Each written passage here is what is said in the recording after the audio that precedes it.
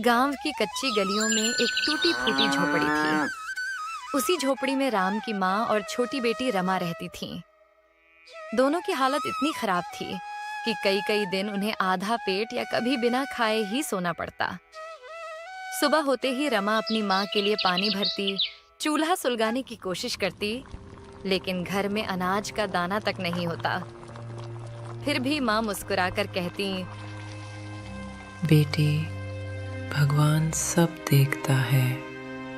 एक दिन हमारी भी किस्मत बदलेगी।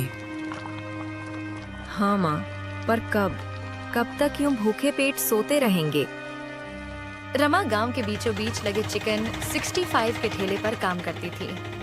काम भी बहुत और पैसे बहुत कम। बर्तन धोना, ग्राहकों को प्लेट देना, सफाई करना, सब कुछ वही करती। मगर मालिक था बहुत खड़ूस। उस दिन रमा को देर हो गई। माँ की तबीयत थोड़ी बिगड़ी थी, इसलिए वह घर का काम निपटाते निपटाते ठेले पर पहुंची। जैसे ही पहुंची, मालिक तमतमाकर बोला, कहाँ मर गई थी तू? पता है ठेला कितने बजे खुलता है? ग्राहक इंतजार कर रहे थे। मालिक, माँ बीमार थीं, इसलिए थोड़ी देर हो गई। माफ कर दीजिए। माफी से पेट नहीं भरता। आज के तेरे पैसे कट। अब तुझे 1 रुपया भी नहीं मिलेगा। रमा चुप रही, कुछ बोली नहीं, बस सिर झुकाकर काम करती रही। शाम को जब वह घर पहुंची तो माँ बाहर बैठी इंतजार कर रही थी। शायद बेटी कुछ खाने को लाएगी, लेकिन रमा के हाथ खाली थे। बेटी, क्या हुआ? आज कुछ नहीं लाई? मालिक ने पैसे ही नहीं दिए माँ, देर से पहुंचने के कारण। आज हमें भूखे पेट ही सोना होगा। कोई बात नहीं बेटा, अब तो आदत सी हो गई है। तू चिंता मत कर, कल अच्छा होगा।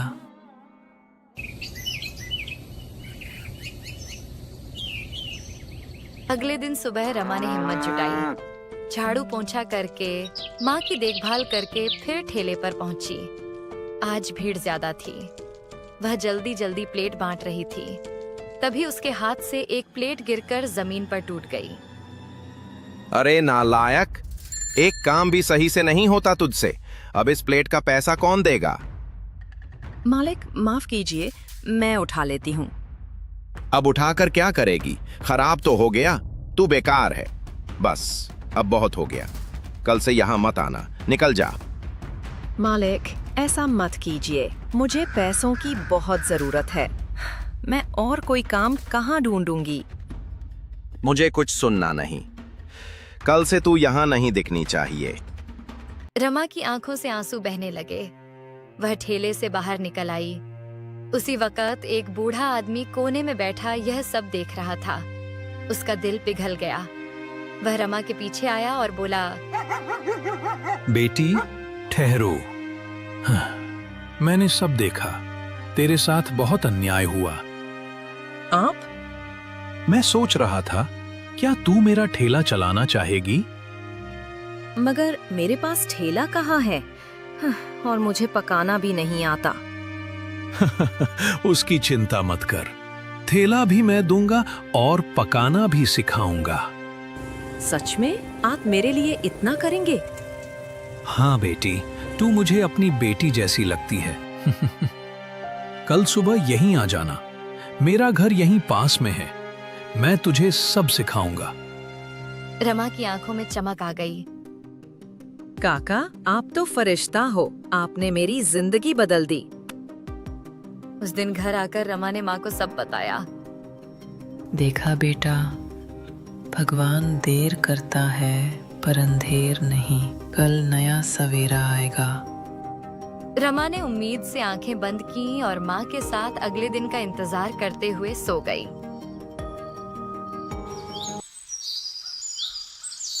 अगली सुबह रमा जल्दी उठी। माँ अभी नींद में थी, लेकिन रमा के चेहरे पर पहली बार उम्मीद की रोशनी थी। वह जल्दी से तैयार होकर उस जगह पहुंची जहां काका का घर था। काका बाहर ही खड़े मिले। आ गई बेटी, चलो अंदर आओ। आज से तुम्हारी जिंदगी नई दिशा लेगी। घर के भीतर एक सादगी भरा आंगन था। वहां काका की पत्नी भी बैठी थी। जैसे ही उन्होंने रमा को देखा, उनकी आंखों में ममता भर आई। अरे, ये तो बिल्कुल मेरी बेटी जैसी है। तुम्हें देखकर मुझे अपनी गुजरी हुई बेटी की याद आ गई। अगर आप इजाजत दें तो मुझे भी अपनी बेटी मान लीजिए।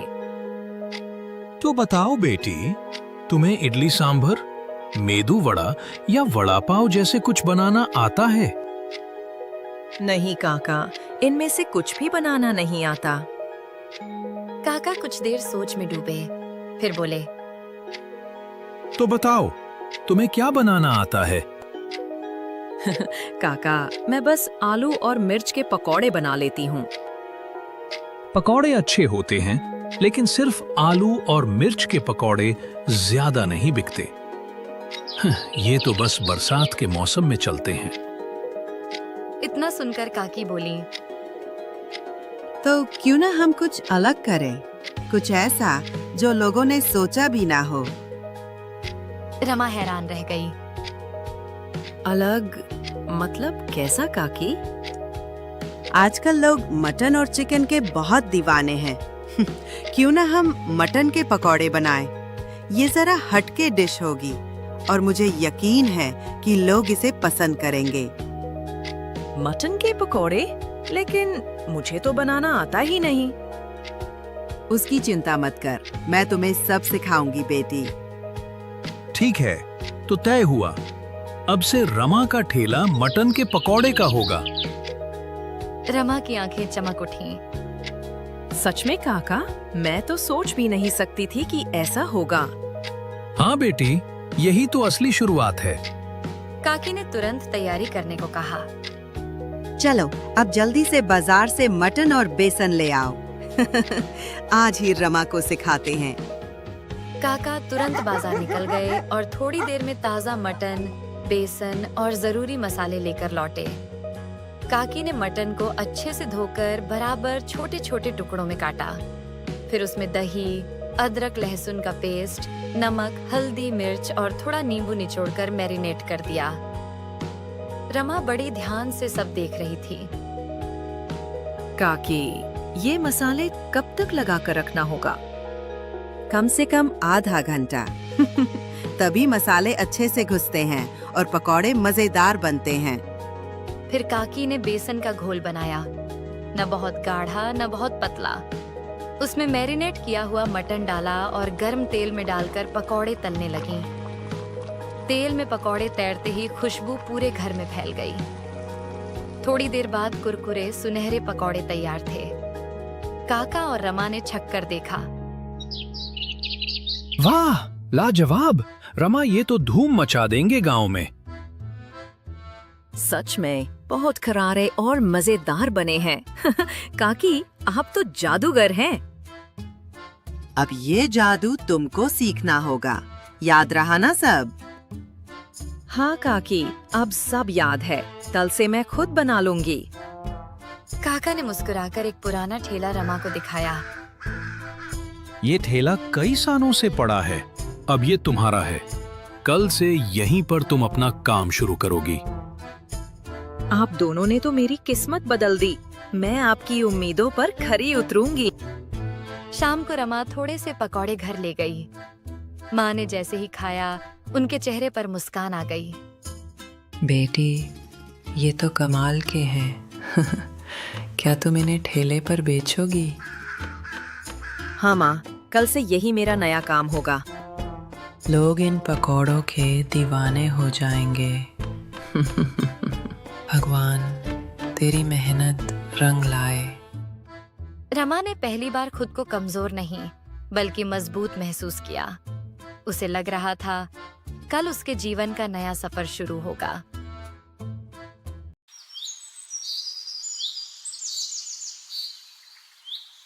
अगले दिन सुबह सुबह रमा बड़े उत्साह से उठी।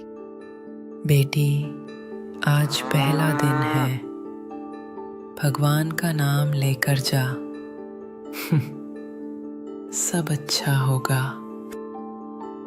हाँ माँ, आज से हमारा नया जीवन शुरू होगा। रमा ने सारी तैयारी घर पर ही कर ली थी। मैरिनेट किया हुआ मटन, बेसन का घोल और मसाले, सब कुछ उसने सलीके से पैक कर लिया। फिर अपना ठेला लेकर गांव के चौराहे पर जा पहुंची। उसने कढ़ाई में तेल गरम किया और मटन के पकौड़े तलने लगी। पकते ही ऐसी खुशबू फैली कि राह चलते लोग ठहर कर देखने लगे, लेकिन कोई आगे बढ़कर खरीदने नहीं आ रहा था। रमा थोड़ा घबराई। तभी 2 आदमी ठेले पर आ खड़े हुए। अरे रमा, तुम तो उस चिकन 65 वाले ठेले पर काम करती थी ना?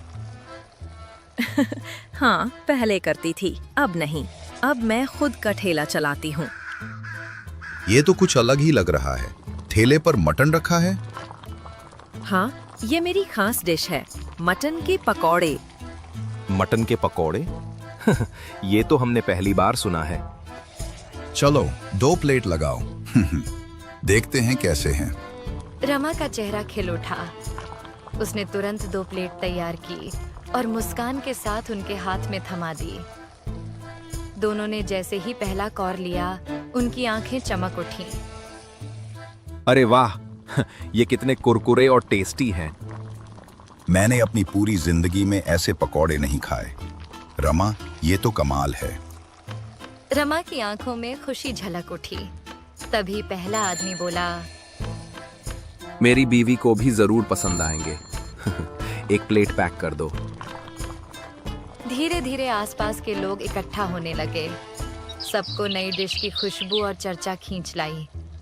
एक एक करके लोग ऑर्डर देने लगे। देखते ही देखते रमा के ठेले पर भीड़ उमड़ पड़ी।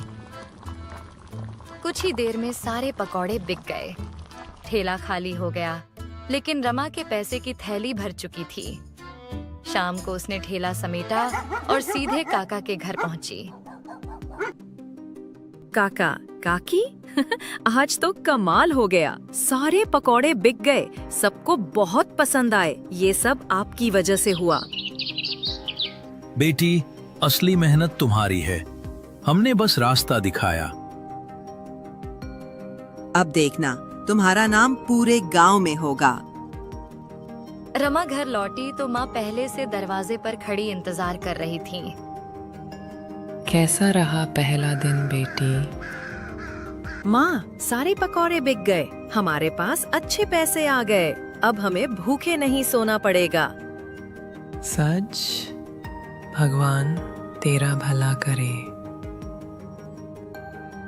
अब से हमारी सारी परेशानियां खत्म होंगी माँ। ये मटन के पकौड़े ही हमारी किस्मत बदल देंगे। उस रात रमा ने चैन की नींद ली।